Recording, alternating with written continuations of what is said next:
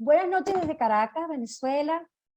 En nombre de ICF Capítulo Venezuela, soy Miren Lucía Lozada, directora de Educación, y hoy estamos comenzando este espacio que se llama Encuentros de Actualidad, con el que hemos venido trabajando desde hace ya algunos años, que es un encuentro una vez al mes, especialmente para coaches y personas interesadas en el coaching o que quieren conocer algo más. Siempre tenemos temas que pueden ser más genéricos, más abiertos, también temas más específicos, más técnicos asociados al coaching, y la idea es tener invitados tanto de nuestro capítulo como de algunos otros capítulos, y la idea también es poder compartir ideas. Hoy es 24 de enero de 2023 y estamos comenzando el año, y esto suele estar como asociado a las metas, a los rituales y a los propósitos, y por eso Leila Suárez, que debe estar por conectarse en unos minutos, y yo al diseñar este espacio dijimos, vamos a conectarnos con esto del propósito, todo esto que tiene que ver con prepararnos, con dejar cosas atrás, con cerrar ciclos, con abrir unos nuevos, desde la mirada de tres personas. Estas tres personas, que son tres coaches venezolanos, que se encuentran en tres latitudes diferentes, nos van a dar algunas pautas y nos van a decir cuál es su estilo de trabajo con todo lo que tiene que ver con los propósitos. ¿Okay? Entonces, voy a hacer aquí, voy a buscar mi nota y voy a... ¿Quiénes son estas personas que tenemos aquí? Tenemos primero que nada, tenemos a Tamara Hernández, coach venezolana, profesional ACC como credencial de ICF, es consultora organizacional, especialista en el enfoque sistémico, estructural e hipnosis ericksoniana, miembro activo de ICF Capítulo Venezuela. Entonces Tamara nos va a dar una mirada que tiene que ver con lo sistémico, que tiene que ver con lo que ella maneja, y vamos a estar atentos a lo que dice. Ella está en Venezuela, está en Puerto Ordaz específicamente. Es así, Tamara, ¿verdad? Así es, así es. En segundo lugar tenemos a Nelson, nuestro caballero invitado del día de hoy. Nelson Latouche Paro es coach ontológico, facilitador de biodanza, certificado IBF en diferentes ámbitos, incluyendo el organizacional, maestro cofundador de la Reiki Escuela Venezuela, miembro activo de ICF Capítulo Venezuela. La mirada del cuerpo desde la danza o desde la biodanza en conexión con el coaching.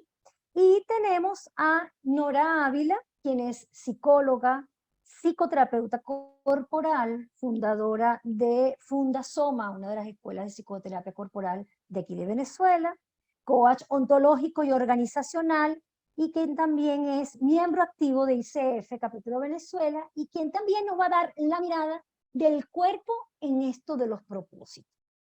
Y entonces, como dijimos que una de las cosas que íbamos a estar viendo era todo lo que tuviera que ver con propósito, pero también le vamos a dar la mirada de el autoliderazgo.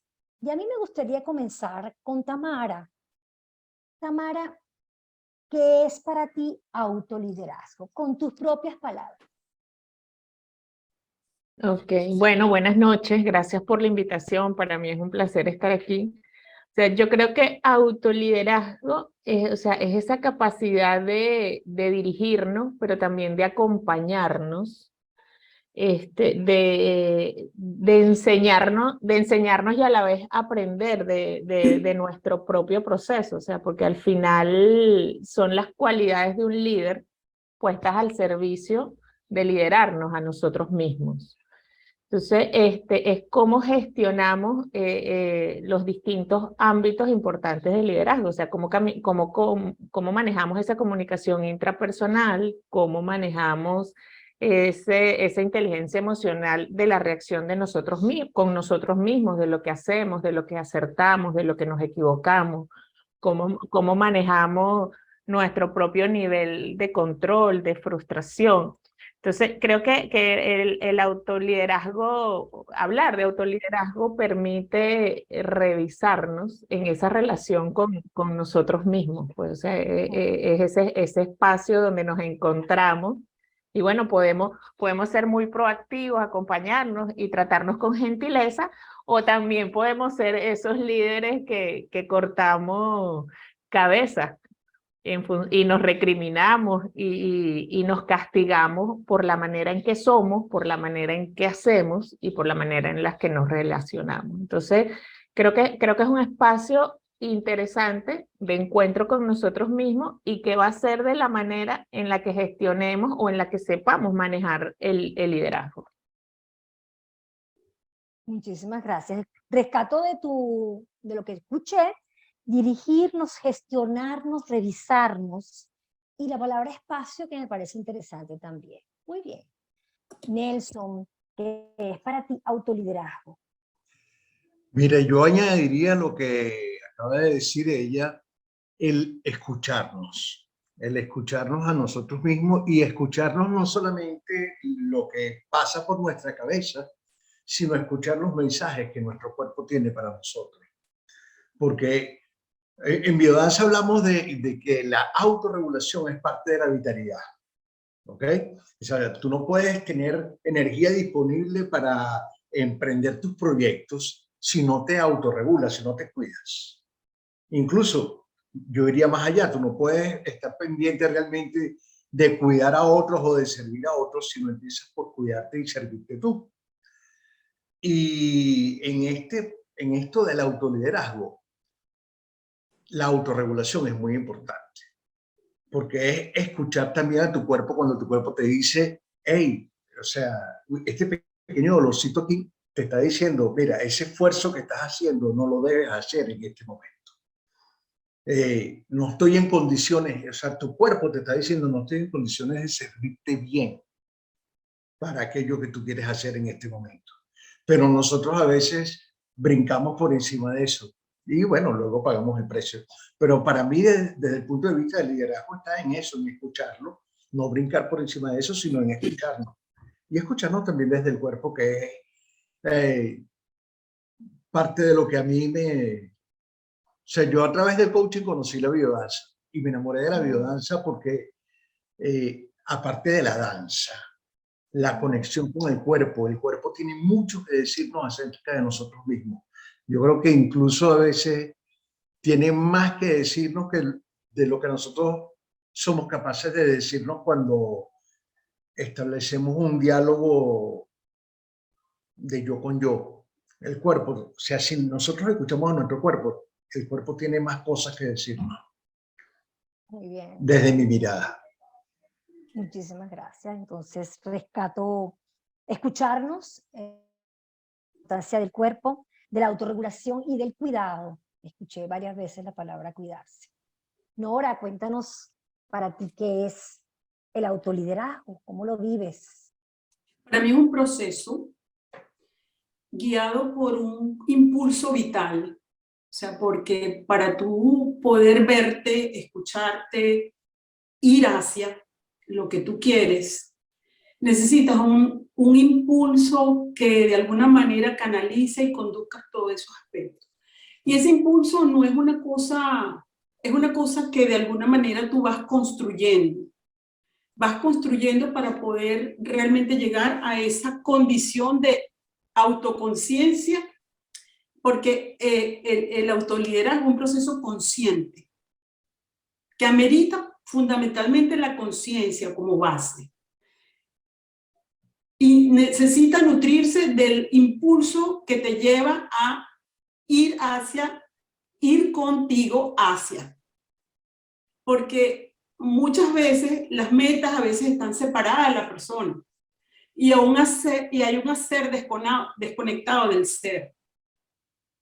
Entonces, en ese proceso de ir hacia, de adentro con nosotros mismos, llevándonos, como decía Tamara, un poco llevándonos nosotros mismos hacia algo, se da un proceso de autorregulación. Y se da el proceso de autorregulación cuando tú satisfaces una serie de necesidades de manera orgánica y equilibrada. Y eso a veces se dice fácil, pero es bien difícil, porque esa autorregulación lo que te está es reafirmando o procesando tu propia autoafirmación de quién eres y por qué haces lo que haces. O sea, le da sentido a eso. Eso es el autoliderazgo. Por supuesto, implica un nivel de autorresponsabilidad, como dice Nelson, de cuidarme a mí, de cuidarnos, de tener a veces miedos útiles que dicen, bueno, o sea, ya va, ¿hasta dónde llego yo? ¿Okay? ¿Hasta dónde puedo yo? Y eso es un proceso de constante revisión, constante. Eso para mí es... Muy bien, cuando ustedes tienen una persona enfrente de ustedes a quien están apoyando, ya sea desde el coaching o desde cualquiera de las disciplinas que ustedes manejan, ¿okay? Y esa persona está con ustedes trabajando el tema de las metas, ¿cuáles son los enemigos que comúnmente ustedes escuchan de esas personas que están enfrente de ustedes? Puede ser también de un grupo o de un equipo. ¿Qué escuchan ustedes como enemigos de esas metas? Puede hablar cualquiera de ustedes puede comenzar. Bueno, yo quisiera decir, los enemigos, o sea, para mí, yo lo veo desde el punto de vista psicoterapéutico también, para mí los enemigos son los temores que tenemos, los juicios que hacemos de nosotros mismos. Y que muchas veces uno lo ve en el otro. A veces estamos como, nos enganchamos porque el otro tiene los mismos miedos que yo. ¿Ok? Porque el otro me está mostrando algo que es mío también. Entonces, ahí también el trabajo con el otro que me hace verme y me hace escucharme desde mis miedos y que de alguna manera están trabando o la evolución o lo que la persona quiere para lograr sus metas. Yo diría que son los grandes aprendizajes que tenemos, tanto como coach personalmente como para ayudar al otro. Y yo no lo veo tanto como enemigos. Yo creo que para vencer los enemigos hay que ayudarse con los amigos, ¿ok? Entonces es que hay que buscar la parte fuerte de esa persona y por ahí puedes comenzar. Porque el proceso puede ser que ampliando los aspectos fuertes puedes disminuir los aspectos que son tus enemigos. Es decir, en la medida en que vas haciendo, en la medida en que vas confiando, en la medida que vas dando, en la medida que vas recibiendo, y eso así parecido es el proceso terapéutico cuando tú acompañas a una persona. Tú te agarras, tú sabes que hay muchos miedos, pero tú no vas a trabajar directamente los miedos, tú le tienes que dar la vuelta a eso y empezar a ver, bueno, con qué fortaleza yo me puedo servir para poder trabajar estos miedos. Y yo diría que es un proceso de acentuar la fortaleza. Eso. Bien. ¿Me recuerdan? Tamara. Adelante, Tamara. Nelson, pero tú ibas a hablar, dale, no te preocupes. No, Lo hacemos a la inversa, en el orden inverso en esta oportunidad. No, es que Nora me hizo recordarme de una expresión que escuché hace muchísimos años que me impactó de un coach, un conferencista. En una conferencia se presentó un evento con una persona y este conferencista de repente dijo, ¿sabes qué? Yo estoy dispuesto a apoyarte hasta el final en tus fortalezas, pero no estoy dispuesto a hacer nada por tus debilidades.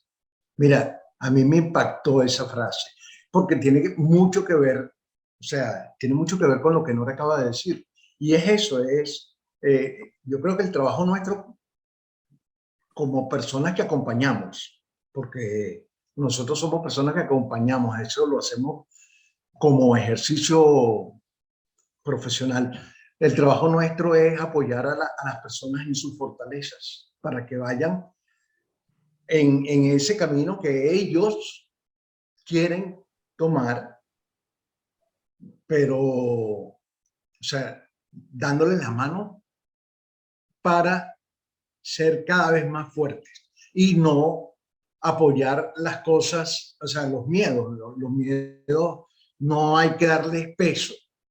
A eso me refiero. Muy bien. Tamara. Ok, gracias. Bueno, yo tengo una forma diferente de ver el tema de los miedos, las resistencias, o lo que o como tú llamabas, los enemigos, ¿no? Porque además es natural, en todo proceso de cambio hay una resistencia natural. O sea, algunos lo llaman ese conflicto estructural que se genera entre la comodidad, o sea, los aspectos positivos y negativos que yo puedo tener hoy, y los aspectos positivos y negativos que puedo ver en eso que yo deseo alcanzar, en esa meta que va a generar un cambio en mi vida. Entonces, comparto lo que decía Nora y Nelson acerca de que es importante focalizar las fortalezas y darle fuerza, y estos pensamientos o creencias o temores que se presentan, a mí me gusta escucharlos, no es darle fuerza, pero sí reconocer cuál es la intención positiva que está detrás de eso. Porque muchas veces ahí conseguimos información que cambia la estrategia de la persona, que cambia incluso su percepción de esa creencia, de ese pensamiento o de ese temor que se presenta, donde le sirve para fortalecer ese impulso, esa motivación para alcanzar lo que quiere. Entonces, mira, cualquier cosa que se presente, sea un pensamiento, una emoción, en algún momento fue útil, ¿ok? Por eso está allí. Entonces, al revisarla, al valorarla, lo que cambia es la estrategia. Pero bueno, lo que podría decir, ¿cuál es el enemigo principal? Lo que decía Nora, bueno, los pensamientos, los miedos que son productos de lo que hemos vivido, de nuestra historia, de lo que creemos. Afortunadamente, como coaches, todo eso lo podemos trabajar y acompañarlos para transformarlos e impulsarlos hacia lo que nuestros clientes desean alcanzar. Yo quisiera decir algo, es ser empático con las debilidades, es ser empático con los enemigos, porque es cierto, los enemigos nos han servido, han perdido utilidad porque ya no son tan funcionales, pero evidentemente nos han servido. Así. Claro. En psicodrama hay una frase que dice que con las resistencias tú no luchas, sino No peleas igual en psicoterapia. haces como, exacto, haces como una Danza. danza. Exactamente, ¿no? O sea, lo haces a través de, ya sea las metáforas, o ya sea el cuerpo, ¿ok? Sí, los símbolos, los rituales. Y Se le mete por el ladito los... como con Medusa. Así como... Exactamente, o sea, así. Entra por una vetica que queda abierta por ahí. Claro, y desde el punto de vista sistémico también se dice que es parte de la persona, por eso se abraza y tiene un papel importante en el trabajo que se hace con el cliente. Y desde el punto de vista de la psicoterapia junguiana se trabaja con la sombra, con lo que tú no reconoces de ti, que no aceptas de ti, que no lo ves en ti, es comenzar como a abrazar la sombra, ¿no? Exactamente. Y ahora entrando al mundo de las metas para el año 2023, que todo el mundo tiene por ahí cosas, ¿no?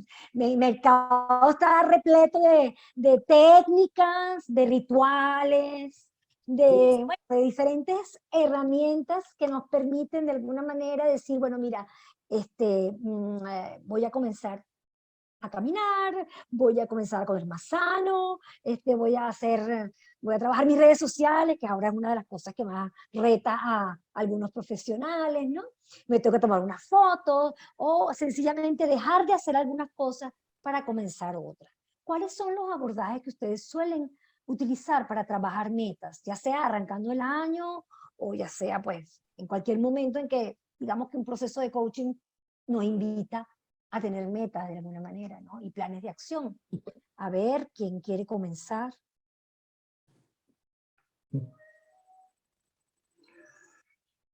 Bueno. A ver.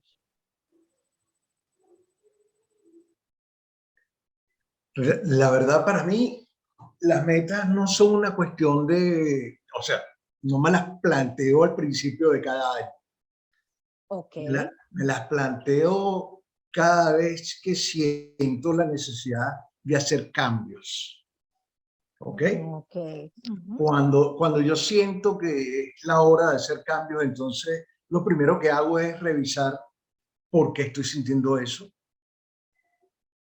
Ujú. Y si mis respuestas me sirven para plantearme nuevas metas o un nuevo rumbo, o para decirme que voy por buen camino y que puedo continuar, o sea, depende pero si el caso es que me planteo metas, como en este caso, este año, por ejemplo. O sea, yo llegué a Italia hace años atrás, 5 años, con un proyecto de comenzar a hacer biodanza, coaching aquí en Italia. Y de repente me encontré que tenía que hacer varias cosas en el camino que no me iban a permitir hacer biodanza y coaching los primeros 2 años. Ok, perfecto. Vamos a hacer lo que tengo que hacer. Y en ese vamos a hacer lo que tengo que hacer llegó el COVID. Wow. Y entonces fue un tremendo frenazo, porque no solamente no pude llegar a hacer biodanza y coaching, sino que además tuve que parar todos los pasos previos que estaba haciendo para eso. ¿Ok? Así que lo que hice fue que cada vez que tuve la oportunidad, por ejemplo, yo aquí en Italia hice 5 extensiones en biodanza hasta el momento. Y toda la biodanza que he hecho aquí en Italia la he hecho como estudiante. O sea, he dado una que otra clase por allá, pero no me he embarcado en mi proyecto de hacer biodanza hasta la fecha. Y este año, y no el 31 de diciembre o antes del 31 de diciembre, sino este año, ahorita, en el transcurso de este mes de enero, dije, este es el año en que ya tengo que empezar a moverme para formar grupos de biodanza. ¿Ok? Ok. Y entonces estoy en eso, porque de hecho ya he tomado 2 acciones que van en esa dirección. ¿Ok? Y bueno, por supuesto, tengo que seguir haciendo cosas nuevas, porque una de las cosas más importantes para mí, que lo sabía antes de venirme para Italia, era aquí no me conoce nadie. Yo tengo que hacer o sea, hacer el profesor de biodanza y además en un sitio donde nadie me conoce. Y eso es para mí un verdadero desafío. Pero, no sé, yo creo que estoy en el camino correcto.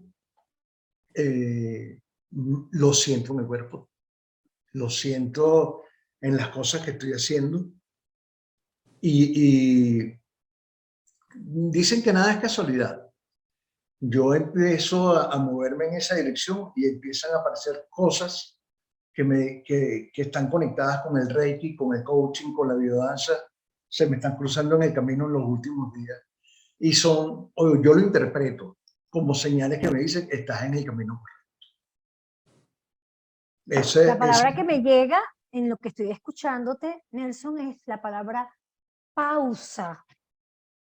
Pausa. Es como que tuviste que tener una pausa para poder comenzar a trabajar esa meta, que la meta estaba allí, La meta pero estaba pasaban allí. cosas, exactamente.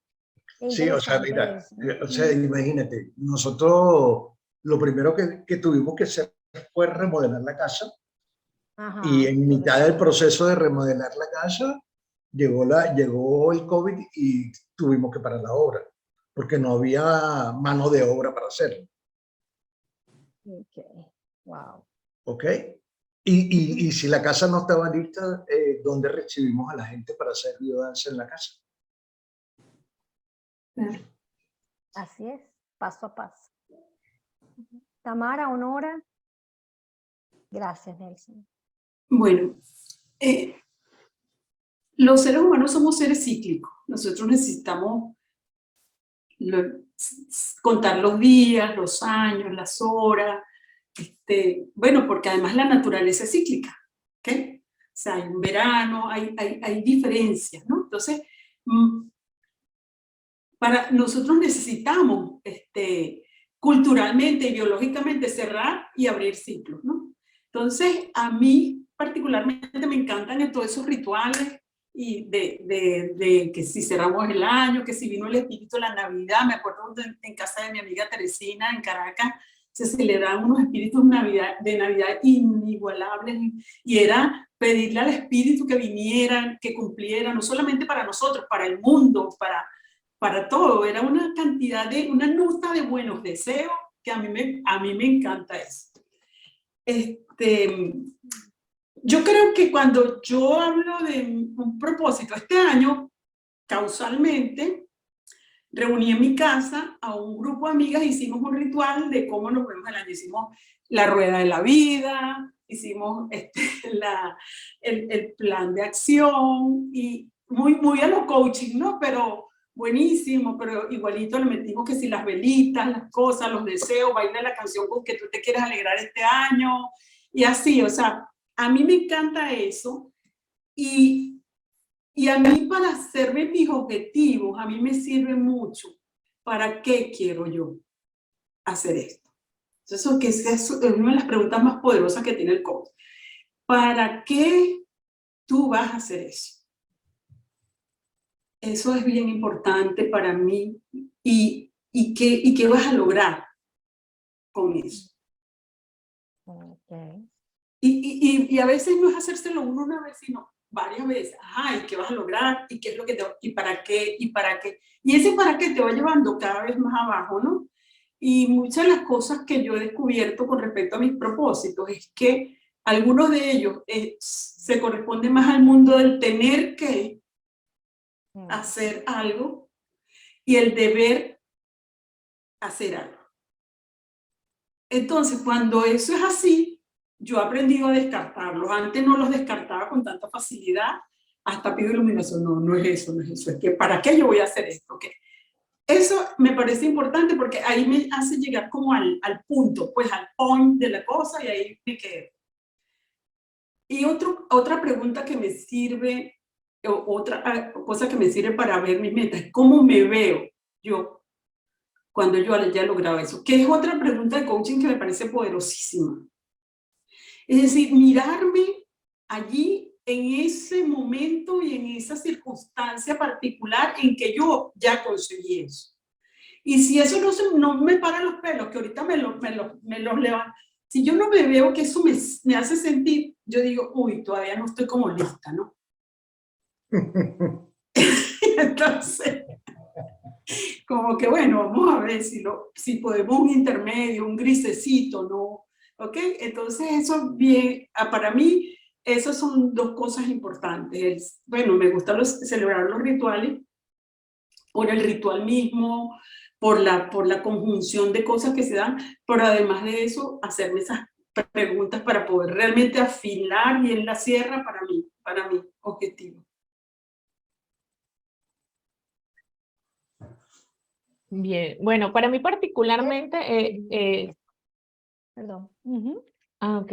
Comparto un poco lo que comentaba Nora con respecto a ese disfrute de hacer estos rituales que podemos conocer por el fin de año. En mi caso hay algo que hago todos los años, que aprendí en una actividad con un grupo de CEFADI, que por cierto por aquí está Santiago, una actividad que ellos hacen que se llama Plan de Vida, Plan de Dios, ¿no? Que es una forma, o sea, es todo una metodología, bueno, para hacer esa revisión, para hacer conseguir esos valores que nos mueven, sobre todo en este momento, en cada uno de los años, ¿no? Es una actividad que podemos hacer. Por eso que decía Nora, que somos personas cíclicas, por lo que representa finalizar un año e iniciar uno nuevo.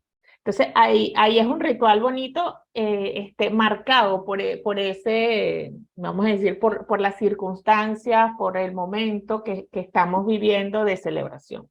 ¿Okay? Sin embargo, también hay un ritual que yo he descubierto, porque no fue que las primeras veces lo hice consciente. O sea, hay un ritual que me di cuenta que inicia cuando hay algo, sobre todo me ha pasado mucho en mi área profesional, que algo se para. O sea, dejan de venir los clientes, empiezan a cancelar, empiezan a retrasar las sesiones. Y yo aprendí, o sea, desde ese proceso de autoobservación, que es una de las cosas del autoliderazgo, que era un momento de revisar, era un momento de revisar esas metas, sobre todo profesionales, o sea, hacia dónde yo quería ir. Y eso me podía pasar en junio, en mayo, aunque yo tenía una meta de principio de año, era un momento de revisión. Entonces empezaba a ver, o sea, cuáles son los últimos casos que he visto, cuáles son los últimos tipos de clientes que he visto, cómo yo me siento con esos temas, y eso me ha permitido ir dando rumbo al área profesional, incluso escoger qué clientes ya no quiero, hacia dónde quiero ir, cómo lo quiero hacer, para qué lo quiero hacer. O sea, me encanta esa pregunta que traía la conversación Nora. Entonces, y esto no ocurre solo en la parte profesional. Luego, revisando, me di cuenta que también me ocurrió en algunos momentos en el área personal. Entonces, aquí compartiendo con mis compañeros especialistas de la parte corporal, es una incomodidad que nace allí, pues, o sea, y bueno, ¿y qué está pasando? O sea, porque estoy sintiendo que no, que las cosas no están fluyendo, que no estoy teniendo los resultados que quiero, que no estoy disfrutando tanto lo que hago. Entonces, independientemente el área, bueno, hoy ahorita que converso y trayendo una situación que estoy viviendo a nivel familiar, pues que tenemos una persona, o sea, mi mamá está transitando una situación de enfermedad degenerativa. O sea, también esa situación, desde sentir, de cuidar, de autorregular esa energía, esas emociones, eso también trae una oportunidad de revisar las metas, de revisar qué quiero hacer, cómo lo quiero hacer, para qué lo quiero hacer.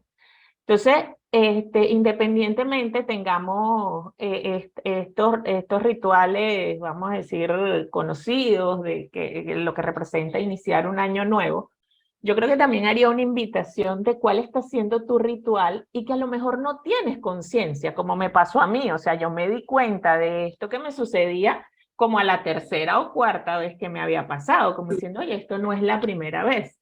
Entonces, cuando valoras este ritual que se está dando en ti, que ya lo tienes sistematizado, puede ser muy poderoso, porque allí puedes tener una oportunidad de revisar lo que realmente quieres. O sea, incluso esa meta que pudiste haber definido a principio de año, decir, oye, ¿es esto así realmente? Y bueno, y pueden salir cosas bien interesantes de allí y sobre todo que vienen de lo más profundo de ti. Muy bien, yo escucho también de Nora, que se interrumpió mi conexión, pero pude escuchar la importancia del para qué, que Tamara también lo vuelve a retomar. Y también digo, bueno, definitivamente no importa el momento para replantearse metas, ¿ok? Y aun cuando el ser humano es cíclico, por naturaleza, hay muchos momentos para replantearse metas. Así. Y escuchándolos a ustedes, y bueno, estando el cuerpo allí presente, y también lo racional, porque lo racional también, o como decía Nora, pues es un proceso consciente, el poder tener una meta y querer lograrlo, ¿verdad? ¿Cómo están las emociones? Y cómo las emociones pueden ser o los facilitadores de esas metas o todo lo contrario. Fíjense que al inicio escuchábamos la palabra miedo, es una resistencia, ¿ok? ¿Y qué ocurre con esas emociones que no son solamente los miedos? Por ejemplo, la rabia. ¿Qué ocurre cuando nosotros tenemos rabia y qué pasa con nuestras metas cuando nos estamos afrontando a ellas con alguna cosa, con algún resentimiento o algún estado de ánimo que nos frena? ¿Ok? Y yo creo que es importante, yo diría que es interesante sentarse y escribir, por ejemplo, que quiera escribir, ¿verdad? También lo puedes grabar, cualquier otra herramienta que de alguna manera permita drenar esas emociones que pudieran estar obstaculizando el logro de alguna meta en particular. No sé qué se les ocurre a ustedes en referencia a esto de las emociones, ¿no? ¿Cómo están presentes en los trabajos que tienen que ver con metas? Mira, la rabia tiene que ver con la fuerza. ¿Ok? Cuando nosotros suprimimos la rabia, no solamente estamos evitando enojarnos, sino también estamos disminuyendo nuestra energía vital de ir hacia, porque es el impulso agresivo el que se ve afectado, ¿ok?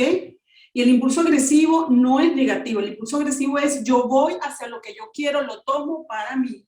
La determinación. Lo necesito. Exactamente. Es la determinación, son los límites. En ese sentido, la rabia no es negativa, pero si la rabia está reprimida, sí se considera un obstáculo.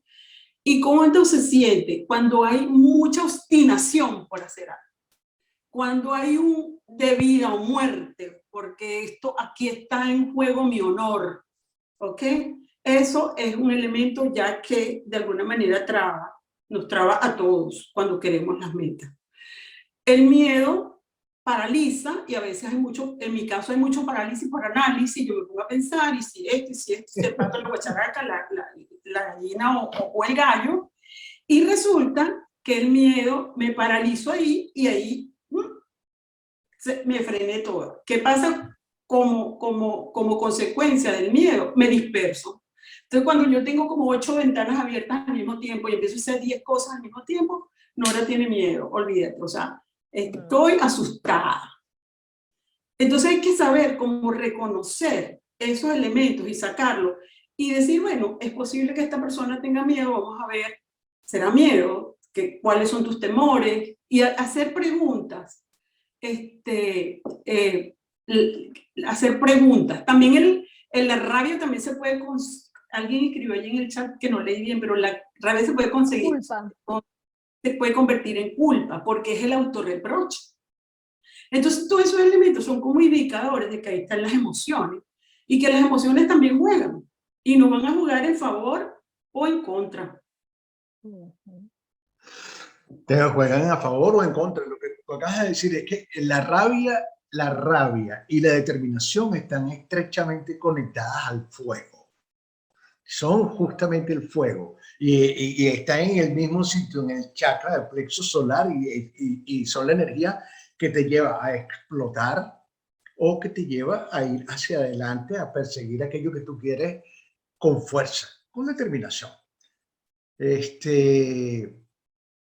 Igual que me recuerdas cuando yo estudiaba Reiki, un día mi maestra de Reiki me dice, bueno, ¿cuándo vas a empezar a dar tus talleres de Reiki tú?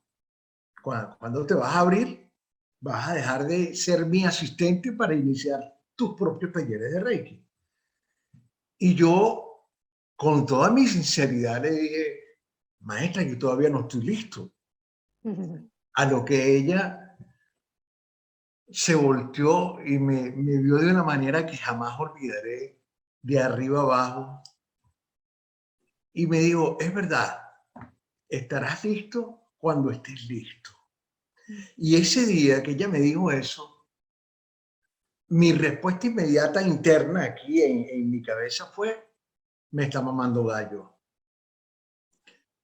Años más tarde me di cuenta de que ese no estoy listo, de que tengo que seguir estudiando, tengo que seguir preparándome para hacerlo mejor, tenía mucho que ver con mi temor de salir a montarme en el foro y dar yo el taller, porque mi ego, mi pequeño ego, no estaba preparado. Yo tenía todos los conocimientos para hacerlo, pero mi pequeño ego no estaba listo para estar parado en el foro dando talleres en aquel momento. Y entonces ese darme cuenta de esa situación y de cómo ella me lo dijo, me ha servido en el futuro, o en el futuro digo después del año 2004 para acá, me ha servido como herramienta para revisar otras cosas. Cuando me detengo y postergo y pospongo el hacer algunas cosas, digo, ¿lo estoy haciendo por esto? O sea, es una de las preguntas que me viene. ¿Me estoy paralizando? ¿Estoy teniendo miedo? ¿Es mi ego el que está en juego en esta situación? Algunas veces me ha servido para seguir adelante y otras veces me ha servido para decir, ¿sabes qué? Es hora de cambiar el plan o cambiar la estrategia. Gracias. Por aquí Dalia Borregales nos dice, la culpa quizás por lo no logrado, y complementa con, y así como hablamos de emociones, también es importante considerar el cuerpo de cada una de ellas y si favorecen o no nuestras metas. Gracias, Dalia, por ese aporte. Tamara. Sí, bueno, yo creo que las emociones son el indicador del cómo vamos hacia nuestras metas. O sea, cómo van funcionando esas estrategias que vamos estableciendo. ¿Okay? Porque en el camino la meta puede ser que se mantenga, pero la estrategia de cómo lograrla es necesario variarla porque se hace presente estas emociones. Y yo hago la analogía del tacómetro de un vehículo. El tacómetro es ese que mide las revoluciones. ¿Okay? Entonces nosotros podemos ir a 70, 100 kilómetros con unas revoluciones mantenidas, donde el motor va tranquilo, relajado, sin esfuerzo, o podemos ir a la misma velocidad, pero las revoluciones súper altas, pudiendo quemar el motor, ¿verdad? Entonces, es lo que nos dice, si bien es cierto esto que comentaba Nora, lo que puede medir cada una de las emociones, para mí es mirarlas y saber cómo yo me estoy sintiendo. Las emociones van a salir desde que fijamos las metas. De hecho, es un indicador de que si es lo que nos mueve, si es lo que queremos, para esas preguntas que mencionábamos hace rato de para qué lo queremos lograr. Pero durante lograr la meta es cómo lo voy logrando, a qué nivel de esfuerzo, con qué nivel también de gentileza en función a lograr a mis expectativas, cómo estoy manejando la frustración, cómo estoy manejando mis temores. Entonces, para mí es lo que va haciendo, dándole lo específico o lo que va cambiando en la dinámica que planifiqué al inicio de la meta. Okay. Entonces, le va dando los matices al cómo voy viviendo ese camino hacia mi objetivo. Yo creo que si hay algo en lo que la pandemia nos movió, usando la palabra mover, motor, fue precisamente en encender la lámpara hacia nosotros mismos. ¿Okay? Porque, bueno, no había entorno, el entorno estaba parado, por decirlo así, entre comillas, ¿no? Y entonces hubo que hacer así, prender la cámara para acá, ponerle la lamparita hacia nosotros mismos, ¿no? Y no sé por qué razón, yo siento que todo lo que tiene que ver con propósito de vida empezó como a tener como mucho más fuerza, ¿no? Lo digo incluso del mundo de la consultoría. En general, para poder trabajar liderazgo, el primer módulo o los primeros pasos son el autoliderazgo. Y ya en este momento, en los últimos tiempos, el autoliderazgo de alguna manera se vincula con metas, también se vincula con cuerpo y se vincula con emociones, entre otras cosas, ¿no? ¿Cuál será el reto del coaching con relación a esta nueva faceta o este cambio de la humanidad que proviene de la pandemia, pero que nos permitió agarrar mínimo, tomar pausa, respirar? Mucha gente aprendió a respirar en la pandemia. Mucha gente empezó a hacer yoga en la pandemia, que no había hecho. ¿Okay? Contacto, impulso. ¿Okay? ¿Cuál será el reto del coaching como profesión para seguir trabajando autoliderazgo en estos tiempos, en este entorno tan particular?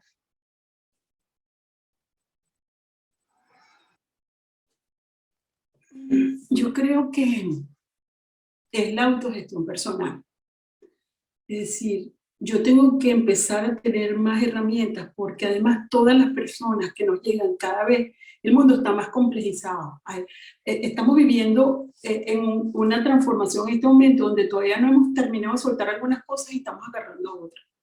Entonces, creo que la autogestión personal del coach, del coach que va a atender a otros es fundamental. También otro reto es formarnos e informarnos. No solamente en el área, nosotros como coach hemos recibido mucha información y mucha formación. Fórmate en equipo, fórmate en organizaciones, fórmate en esto. Esta es la nueva tendencia, esta es la otra tendencia. Pero yo creo, yo no sé, ese es mi punto de vista, pues está bien equivocada, que hay muy poco trabajo en eso de formarme yo, forjarme en esa competencia y en esa flexibilidad o plasticidad que yo necesito agarrar para mí, para poder, poder manejarme con todas las situaciones, como dice Tamara, con todas las estrategias. ¿Cómo que yo tengo que cambiar? Para eso hace falta plasticidad, flexibilidad, conexión, empatía, una cantidad de cosas que creo que son fundamentales. O sea, y no es un añadido más, es una incorporación de herramientas para poder realmente ayudar al coachee a acompañarlo adecuadamente hacia sus metas. Trabajar nuestra salud mental, porque estamos atiborrados de cosas, y mejorar el manejo de todo lo que es el manejo de la frustración y el desarrollar la resiliencia. Gracias, Nora. A la orden. ¿Cuál es el reto de los coaching? Los coaches. Mira, yo voy a tomar una pregunta que trajo Nora del para qué, ¿no? Que es esa pregunta que aunque ha existido, es una de las preguntas bases dentro del coaching. Yo pienso que nosotros como coaches tenemos que darle un lugar principal dentro de la sesión, dentro de un acompañamiento.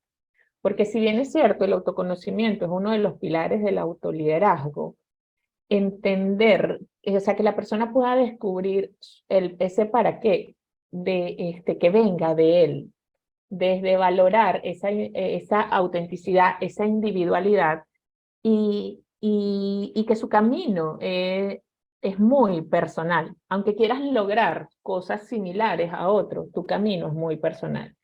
Entonces, si bien es cierto, y más allá del propósito, yo quiero traer el término del sentido de la vida, o el sentido de lo que yo hago, el sentido de lo que yo quiero lograr, porque ahí es donde caemos con esa respuesta del para qué, donde profundizamos en el para qué.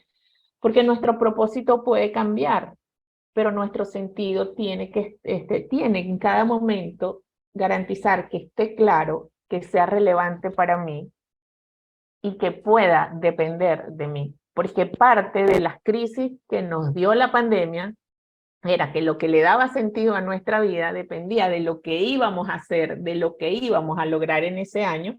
Que bueno, que la pandemia nos dijo no, que no lo va a lograr. En este momento no, o por lo menos como usted creía, no es. ¿Ok? Entonces, incluso si la vida nos invita a parar, que nosotros le podamos dar sentido a esa pausa que la vida nos da, porque queremos lograr muchas cosas, pero este no es el momento. Y Nelson ponía un ejemplo bien claro de lo que les tocó vivir. Entonces, el para qué, incluso, ¿para qué quiero lograr esto? ¿Qué sentido tiene para mí? Y desde allí, bueno, yo podré lograr mi propósito, mi objetivo, cumplir mi meta. Muy bien, muy bien. Autenticidad y sentido de vida, qué hermoso. No. Nelson. Mire, yo creo que después de lo que acaba de decir Tamara no hay nada que añadir, ¿no? Porque realmente, o sea, nosotros somos seres integrales. Cuando comenzamos a estudiar coaching desde cualquier mirada, coaching ontológico, coaching organizacional, hoy en día coaching sistémico, etcétera, lo vamos fraccionando, pero estás viendo que cada uno de nosotros es coach en diversas áreas o incluso en diversas áreas todas juntas. Yo, por ejemplo, soy constelador familiar también. No lo digo tanto así porque no lo uso más como una herramienta para mi trabajo que promocionarme como constelador familiar. Okay. pero también. Entonces, la verdad es que eso, de hecho, también la biodanza la integro en mi trabajo de coaching, o el coaching en mi trabajo de biodanza, porque independientemente de que yo quiera o pretenda en un momento dado ser coach ontológico o maestro Reiki o facilitador de biodanza, la verdad es que yo soy yo y todas estas cosas están conmigo y forman parte de mis herramientas. Entonces, si yo estoy haciendo biodanza y hay algún conocimiento del coaching, del mundo del coaching que tiene cabida en el espacio de biodanza que yo estoy haciendo en este momento, lo uso. O si yo estoy haciendo coaching y hay algún conocimiento, por ejemplo, biodanza siempre te invita a plantearte las preguntas existenciales de estoy donde quiero estar, estoy haciendo lo que yo quiero estar haciendo, estoy con quien yo quiero estar. Esas son 3 preguntas que biodanza te invita a hacerte en cualquier momento, en cada sesión de biodanza, pero que también te sirven para trabajar coaching.